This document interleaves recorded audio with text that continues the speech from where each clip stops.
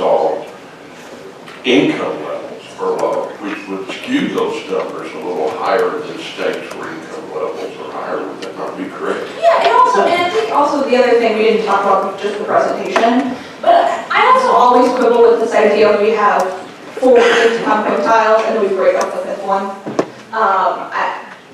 I think that's always a bit misleading, right? Like, if we're going to present the data, we should present it in a way that is equal across all the various groups.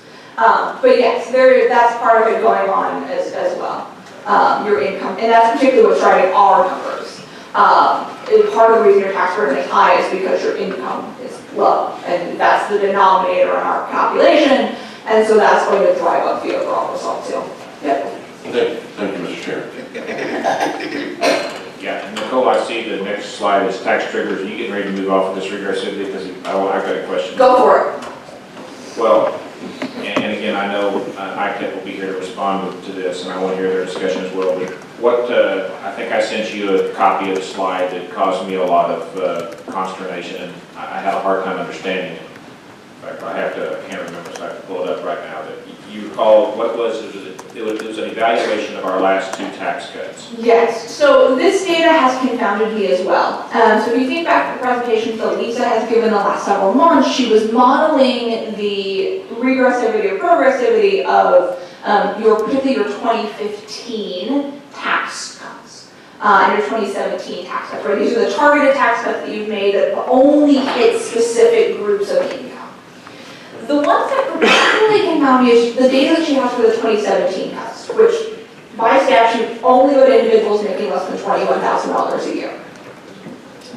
And she shows that people at the very high end of the income spectrum, I forget her exact cutoff, but it's more than $300,000, $400,000 in income, they're getting a benefit from that tax cut.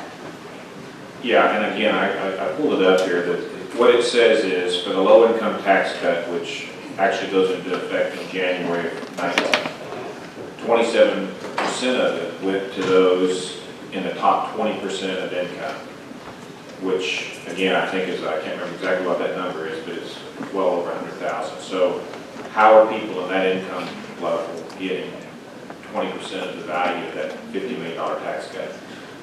And frankly, I don't know the answer. It doesn't make sense. What I can make sense of is, let's say someone has $30,000 in income. Once you do the standard deduction, you throw in some other things, right? You can imagine a scenario where someone has a cash income that is greater than $21,000 that would benefit from that tax cut. That makes sense, because the tax cut is based on your taxable income. There's obviously ways you have to get there. It's very hard to imagine scenarios where you have that many taxpayers at that amount of income benefiting. Sure, I can imagine a scenario where you have a pass-through business who's got some losses or very low amount of income and we pull them down. But again, it strikes me as being improbable that you have that many businesses that would be benefiting from that sort of thing. I have, in this quote, I've asked Lisa several times to explain the data to me. I've never gotten a response as to how that is, and perhaps Carl has an explanation about what's going on. Yeah, so I'm kind of giving Carl the cliff notes of what I'm going to be asking her about, because again, what I got was 27%, went to the top 20%, which is an income of $89,000. So again, I know we talked some beforehand about the way that we let married people file separately has an impact on that, but I still have a hard time seeing how $89,000 income benefits from that tax cut. And the same thing for the middle class tax incomes. The slide presented said that 52% of the middle class tax cut went to the top 20%. So over half of it went to people making more than $89,000 a year.